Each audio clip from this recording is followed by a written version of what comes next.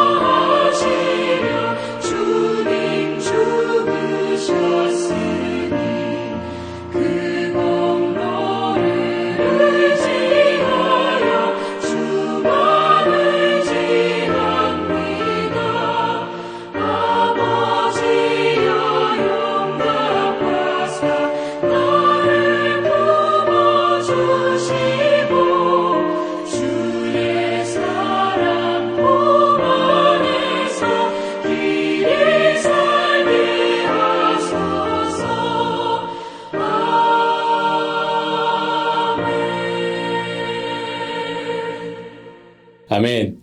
7월달 우리가 계속해서 리더들을 위하여 기도하고 있는데요. 오늘 특히 금요일 날 저녁 금요 월십이 있죠. 한여름밤의 금요 월십 이 집회를 통하여서 더욱 성령 충만함의 경험을 하는 시간 되게 하여 주옵소서. 우리 함께 기도하도록 하겠습니다. 기도하겠습니다. 사랑의 주 하나님 감사합니다. 오늘도 부족하고 연약한 우리를 용납하여 주시어서 아버지의 은혜로 아버지의 품으로 우리를 품어주심에 감사합니다. 오늘도 죄 많고 허물 많은 우리를 용납하여 주셔서 감사합니다. 그 은혜 잊지 않고 살아가는 오늘 하루 될 수 있도록 주여 인도하여 주시옵소서. 이 시간 동안 기도하는 것은 진행 중인 한여름밤의 금요 월십을 위하여 기도합니다. 이 금요 월십을 통하여서 더욱 성령 충만함을 경험하는 시간 되어질 수 있도록 시간 은혜 허락하여 주시옵소서. 하나님의 말씀을 나눕니다. 성령 하나님 붙잡아 주시고 이 말씀을 통하여 하나님의 은혜가 우리들의 삶 깊은 곳에서 용서 숨칠 수 있도록 주여 인도하여 주시옵소서. 살아계신 예수님의 이름으로 기도드렸습니다. 아멘. 이 시간 함께 나눌 말씀은 우리 계속해서 사사기 말씀 보고 있는데요. 사사기 11장 1절로 11절까지 있는 말씀입니다. 길르앗 사람 입다는 큰 용사였으니 기생이 길르앗에서 낳은 아들이었고 길르앗의 아내도 그의 아들들을 낳았더라. 그 아내의 아들들이 자라매 입다를 쫓아내며 그에게 이르되 너는 다른 여인의 자식이니 우리 아버지의 집에서 기업을 잇지 못하리라 한지라. 이에 입다가 그의 형제들을 피하여 돕당에 거주하매 잡류가 그에게로 모여와서 그와 함께 출입하였더라. 얼마 후에 암몬 자손이 이스라엘을 치려하니라. 암몬 자손이 이스라엘을 치려할 때에 길르앗 장로들이 입다를 데려오려고 돕당에 가서 입다에게 이르되 우리가 암몬 자손과 싸우려 하니 당신은 와서 우리의 장관이 되라 하니 입다가 길르앗 장로들에게 이르되 너희가 전에 나를 미워하여 내 아버지 집에서 쫓아내지 아니하였느냐 이제 너희가 환난을 당하였다고 어찌하여 내게 왔느냐 하니라. 그러므로 길르앗 장로들이 입다에게 이르되 이제 우리가 당신을 찾아온 것은 우리와 함께 가서 암몬 자손과 싸우게 하려 함이니 그리하면 당신이 우리 길르앗 모든 주민의 머리가 되리라 하매 입다가 길르앗 장로들에게 이르되 너희가 나를 데리고 고향으로 돌아가서 암몬 자손과 싸우게 할 때에 만일 여호와께서 그들을 내게 넘겨주시면 내가 과연 그들의 머리가 되겠느냐 하니 길르앗 장로들이 입다에게 이르되 여호와는 우리 사이의 증인이시니 당신의 말대로 우리가 그렇게 행하리이다 하니라. 이에 입다가 길르앗 장로들과 함께 가니 백성이 그를 자기들의 머리와 장관들을 삼은지라. 입다가 미스바에서 자기의 말을 다 여호와 앞에 아뢰니라. 아멘. 오늘 하나님께서 저에게 허락하신 말씀입니다. 연세대학교 철학과 명예교수이신 김영석 교수님이 계십니다. 올해 105세이십니다. 1920년 4월생이신데요. 그분께서 2019년도에 출간하신 저서 중에 이런 책이 있습니다. 100년을 살다 보니 라는 책을 내셨는데요. 그 책 서두에 이렇게 쓴 부분이 있습니다. 지금 100세를 넘겨 살다 보니 내 인생 중에 98세였던 해에는 정말 부러운 것이 없었다. 그렇게 말씀하셨어요. 그리고 그거는 그때가 가장 그립다라고 얘기하십니다. 그러면서 이렇게 말씀하십니다. 그때만 해도 98세였던 그때만 해도 2권의 책을 쓸 수 있었고 160회의 강연을 한 해 동안 할 수 있었다. 그래서 그 교수님께서 이렇게 말씀하시더라고요. 98세가 한 5년쯤 더 연장되었으면 좋겠다. 내 인생의 최고의 행복과 영광이 될 것이다. 라고 이야기한 것을 본 적이 있습니다. 혹시 여러분 가운데 본인 나이 98세가 그리우신 분이 계신가요? 눈 뜨고 있을지 잘 모르겠습니다. 저도 잘 모르겠습니다. 인생을 살면서 나이가 적든지 많든지 쉽게만 풀려나가는 것이 인생은 아닌 것 같습니다. 가난하면 가난한 대로, 부하면 부유한 대로 인생은 쉽지 않은 것 같아요. 장애인보다 더 불편하게 사는 비장애인도 참 많고요. 가난한 사람보다 가난하게 사는 부자도 참 많이 본 것 같습니다. 암투병 병자보다 더 고통스럽게 살아가는 건강한 사람도 있고요. 나약한 육체지만 매일 행복을 안고 살아가는 사람도 만나게 됩니다. 항상 원하는 대로 되지 않는 것이 인생인 것을 매일 매순간 배우게 됩니다. 오늘 성경에 나오는 8번째 사사 입다입니다. 그 역시 그러한 것 같아요. 그는 태생부터가 버림받기에 딱 좋은 환경에 있었습니다. 우리 1절을 볼까요? 길르앗 사람 입다는 큰 용사였으니 기생이 길르앗에게서 낳은 아들이었고 2절입니다. 길르앗의 아내도 그의 아들들을 낳았더라. 그 아내의 아들들이 자라매 입다를 쫓아내며 그에게 이르되 너는 다른 여인의 자식이니 우리 아버지의 집에서 기업을 잇지 못하리라 한지라. 즉 입다는 비천한 기생의 몸에서 다른 성경에 보면은 창녀의 몸에서 태어난 아이라고 이야기합니다. 기생의 몸에서 태어난 운명이었기에 길르앗 본처에게서 태어난 소생들에게 일찍이 타향으로 쫓겨나게 되었지요. 3절 볼까요? 이에 입다가 그의 형제들을 피하여 돕당에 거주하매 잡류가 그에게로 모여와서 그와 함께 출입하였더라. 집에서 쫓겨난 입다는 돕당으로 피신하게 되었어요. 그곳에서 살았는데 점차 많은 잡류들이 모였다고 합니다. 우리 이 잡류를 뭐라고 번역하면 좋을까 보니까 다른 성경에 메시지 성경에는 건달이라고 번역해 놨더라고요. 무익하고 쓸모없는 많은 사람들이 그를 중심으로 모였습니다. 그를 추종하였습니다. 여기서 그 입다에 그의 리더십이 세워진 것 같아요. 그리고 그를 중심으로 한 세력이 조성되었습니다. 그러던 중에 암몬 족속이 이스라엘을 재침입한다는 전쟁의 기운이 감도게 되었습니다. 우리가 오늘 성경은 아니라 오늘 바로 전에 어저께 보았던 본문인데요. 10장 17절과 18절에 이렇게 말하고 있죠. 그때에 암몬 자손이 모여서 길르앗에 진을 쳤으므로 이스라엘 자손도 모여 미스바에 진을 치고 길르앗 백성과 방백들이 서로 이르되 누가 먼저 나가서 암몬 자손과 싸움을 시작하랴. 사람들의 그 두려워하는 모습들이 보이죠. 그가 길르앗 모든 주민의 머리가 되리라 이렇게 이야기하고 있습니다. 길르앗 장로들이 지혜를 모든 중 입다의 명성을 듣게 되었지요. 입다를 찾아와서 군대 장관이 되어줄 것을 요청합니다. 5절입니다. 암몬 자손이 이스라엘을 치려할 때에 길르앗 장로들이 입다를 데려오려고 돕당에 가서 6절입니다. 입다에게 이르되 우리가 암몬 자손과 싸우려 하니 당신은 와서 우리의 장관이 되라 하니. 예, 장관이 되라고 합니다. 장관 무엇입니까? 우리의 사령관이 되라는 것이죠. 우리의 사령관이 되어서 우리를 암몬의 전쟁에서 이기도록 죽지 않고 진멸되지 않고 살아남을 수 있도록 승리할 수 있도록 요청한 것입니다. 아마도 이 길르앗 장로들 누구였을까요? 7절에 보니까 나오는데 아마도 입다를 쫓아낸 배다른 형제들이 아니었을까 보게 됩니다. 7절을 볼까요? 입다가 길르앗 장로들에게 이르되 너희가 전에 나를 미워하여 내 아버지 집에서 쫓아내지 아니하였느냐? 이제 너희가 환난을 당하였다고 어찌하여 내게 왔느냐 하니라. 하지만 암몬의 공격에 입다를 애타게 찾아와 우리의 장관이 되어달라고 그렇게 모시는 분위기가 되었다는 것이죠. 이로써 입다는 이스라엘의 사자로서 구속사의 무대에 찬란한 모습으로 드러나게 됩니다. 입다를 한번 가만히 묵상해 보게 됩니다. 세상적인 눈으로 그를 평가한다면 그의 삶은 처음부터 좋지가 못했어요. 그는 태생부터가 기생의 아들로 낙인 찍힌 삶을 태어났습니다.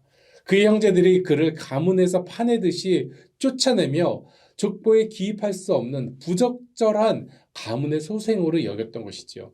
기생의 소생이 된다는 것이 어찌 입다 본인의 잘못이겠습니까? 그에게는 아무 잘못이 없지요. 결코 그의 행실이나 그의 인격과 전혀 무관한 이야기입니다. 여기서 드는 의문점이 있어요. 도대체 그의 어머니 아버지는 어디 있는 겁니까? 그의 기생이었던 어머니와 그 아버지는 어디에 있습니까? 그 어머니는 물론 그 친부도 전혀 그를 돕고자 하는 모습이 오늘 성경에서는 보이지 않는다는 거예요. 입다는 얼마나 외로운 인생을 살았을까라는 생각을 해봅니다. 먹고 사는 문제, 그 문제는 둘째치고 가장 그를 어렵게 하는 것은 그 어디에도 자신의 미래를 걸 수 있는 소망이 없다는 것입니다. 살아가는 모든 앞날이 깜깜합니다. 미래도 소망도 모두 사라진 것처럼 보입니다. 11장 후반에 보면은요, 반복되는 입다에 이러지도 못하고 저러지도 못하는 운명의 상황이 또다시 나타나지요. 전쟁에서 승리하고 돌아올 때 어떻게 됩니까? 가장 먼저 영접하는 자를 번제로 드리겠다고 큰 소리치고 나갔는데 이때 누가 먼저 들어오지요?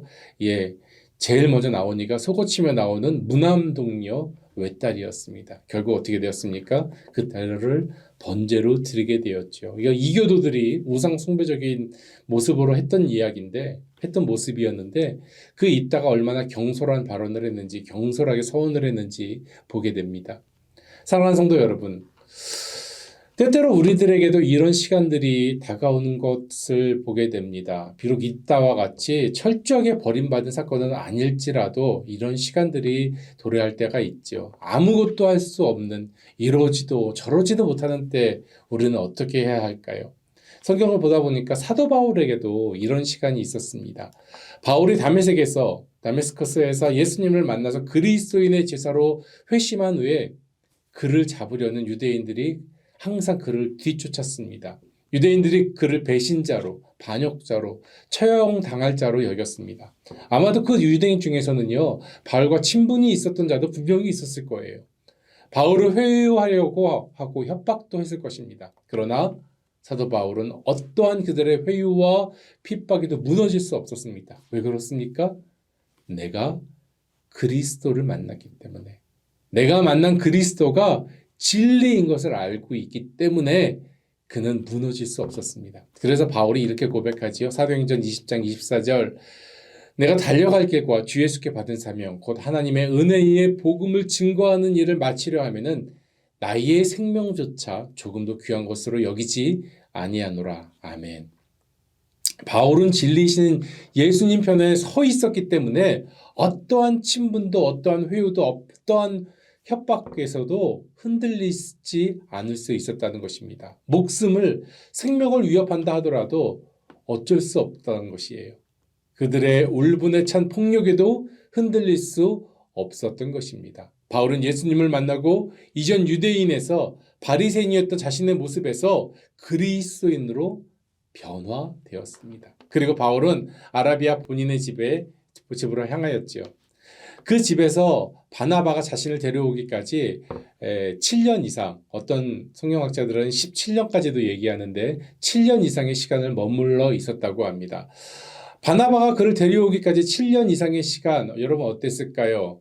아무것도 할 수 없는 시간입니다. 이러지도 못하고 저러지도 못하고 밖에 나가서 누구도 만나지도 못하고 자신의 이야기를 누구에게도 할 수 없는 시간이었을 것이에요. 하지만 그 시간을 잘 지켰고 그 시간 동안 변함없었기 때문에 바나바가 다시 돌아왔을 때 그를 통하여서 다시 예루살렘 교회에 입성하게 되었고 이제는 예수를 핍박하며 살았던 바리새인이 아니라 예수 그리스도의 사도, 제자로서 세워지게 되었던 것입니다. 때때로 우리는 우리 인생에서 벌어지는 일들 가운데 아무것도 할 수 없을 때가 있는 것 같습니다. 이를 통해서 한 가지 배울 수 있는 것이 있어요. 시간과 상황 그리고 삶의 조건들을 내 마음대로 할 수 없다는 것을 배워나갑니다. 내 시간과 내 상황을 만드는 것, 그 모든 것조차도 누구의 뜻입니까? 하나님 뜻 안에 있다는 것입니다. 입다의 상황도 마찬가지였습니다. 그가 선택한 인생이 아니었어요. 입다가 본인이 기생의 아들로 태어나고 싶어서 태어났겠습니까? 그렇지 않았겠지요. 그런데 그는 결국 어떻게 되었습니까? 여러 가지 어려운 상황 속에서도 그는 자신을 버렸던 그 장로들의 입을 통하여서 그들의 장관이 되어달라는 요청을 받게 되었고요. 결국 길르앗 모든 주민의 머리가 되어달라는 요청을 받게 됩니다. 8절에 있는 말씀입니다. 그러므로 길르앗 장로들이 입다에게 이르되 이제 우리가 당신을 찾아온 것은 우리와 함께 가서 암몬 자손과 싸우게 하려 함이니 그리하면 당신이 우리 길르앗 모든 주민의 머리가 되리라 하매. 머리라고 이야기했죠. 머리, 히브리어로 로시라고 하는데 전쟁이나 아니면 평화 시간에 상관없이 최고의 통수권자를 이야기한다고 합니다. 머리가 되어달라는 것이에요. 처음 제안은 어땠습니까? 오늘 본문 처음을 보면 장관이 되어달라고 그랬죠. 그런데 이제는 머리라고 얘기합니다. 최고 통수권자로 올려진 것이죠. 이전에 그는 한 집에 버림받은 기생의 자식이었지만 이제는 그 민족의 머리가 되어달라고 수장이 되어달라고 요청을 받은 것입니다. 오늘 본문을 통하여 정말 중요한 것을 깨닫게 되는 것이 있어요. 우리 각자의 배경은 결코 중요하지 않습니다. 더 중요한 것은 하나님의 부르심이고 그 하나님의 부르심에 우리가 순종하는 것입니다. 일단은 오늘 본문에서 여호와의 이름을 부르고 있습니다. 9절에서부터 11절까지 있는 말씀입니다. 입다가 길르앗 장로들에게 이르되 너희가 나를 데리고 고향으로 돌아가 암몬 자손과 싸우게 할 때에 만일 여호와께서 그들을 내게 넘겨주시면 내가 과연 너희의 머리가 되겠느냐 하니 길르앗 장로들이 입다에게 이르되 여호와는 우리 사이의 증인이시니 당신의 말대로 우리가 그렇게 행하리이다 하니라. 이에 입다가 길르앗 장로들과 함께 가니 백성이 그를 자기들의 머리와 장관을 삼은지라. 입다가 미스바에서 자기 말을 다 여호와 앞에 아뢰니라. 아멘. 입다는 자기 말을 다 여호와께 말하였다라고 이야기합니다. 주석가들이 말하는 이 여호와 앞에 아랜다는 이 뜻이 무엇인가 제가 찾아보았습니다. 그랬더니 아주 한 단어로 응축해 놓았더라고요. 바로 이 여호와 앞에 아른다는 것은 바로 임재, 하나님의 임재 안에 있다는 것입니다. 그 어떤 상황 속에서도 어렵고 힘든 상황이든지 막막하고 소망이 없는 상황이든지 아니면 자신이 그들의 머리가 된 상황이든지 어떠한 상황이라도 여호와 하나님을 잊지 않았다는 것입니다. 사랑하는 성도 여러분, 여러분도 저도 우리 모두 어떠한 상황에서도 여호와 하나님을 잊지 말기를 소망합니다. 하나님의 임재하심도 잊지 말기를 소망합니다. 어렵고 힘든 상황이든지 막막하고 소망이 없는 상황이든지 아니면 여러분이 누군가에게 세워져서 그들의 우상과 같은 존재가 될지라도 입다와 같이 여호와 하나님을 잊지 않기를 소망합니다. 이제 말씀을 정리하려고 합니다. 정말 중요한 것은 무엇일까요? 정말 중요한 것은 우리 각자의 삶의 배경은 그리 중요하지 않습니다. 더 중요한 것은 내가 지금 하나님의 부르심에 순종하고 있는가, 그 부르심에 순종으로 나가는가 하는 것입니다. 지금 내가 하나님의 그 거룩한 이름을 잃어버리지 않고 살아가고 있는가 하는 것이 더 중요하다는 것이죠. 사랑하는 성도 여러분, 지금 우리의 모습이 세상 환경에 지배당하며 살아가고 있지는 않습니까? 우리 믿음의 백성들은 환경이 아니라 하나님의 권능의 손을 의지해야 될 줄로 믿습니다. 입다에게 행하신 하나님의 능력의 손길은 오늘날 우리와도 함께 하시는 줄로 믿습니다. 오늘 이 시간에도 함께 하시는 줄로 믿습니다. 오늘 이 시간 하나님의 능력의 손길을 의지하여 세상 환경을 극복하고 주님의 말씀으로 승리하는 예수님의 아름다운 제자의 삶 되시기를 주님의 이름으로 축원합니다. 기도하겠습니다. 사랑의 주 하나님, 감사합니다. 우리를 다시 한번 하나님의 말씀 가운데 또한 기도하며 하나님께 나아가게 하심을 감사합니다. 세상의 환경은 중요하지 않은 것을 이 시간 고백합니다. 중요한 것은 하나님께 우리가 순종의 모습, 올바른 예배자의 모습인지를 다시 한번 살피는 것이 중요한 것을 이 시간 고백합니다. 하나님, 우리가 온전히 하나님께 순종하는 삶 되게 하여 주옵시고 한순간도 예배자의 삶 놓치지 않도록 인도하여 주시옵소서. 그래서 세상의 환경 때문에 흔들리는 것이 아니라 하나님의 말씀 붙잡고 예수 그리스도의 십자가 붙잡고 세상에서 승리하는 삶 될 수 있도록 인도하여 주시옵소서. 오늘도 살아가는 동안, 숨 쉬는 동안 저희를 붙잡아 주시어서 세상에 휩쓸리는 삶이 아니라 말씀 속에서 그리스도의 십자가 안에서 승리하는 삶 되게 하여 주시옵소서. 살아계신 예수님의 이름으로 기도드렸습니다. 아멘. 계속해서 여러분 가지고 계신 기도 제목을 가지고 기도로 나아가겠습니다. 축복합니다.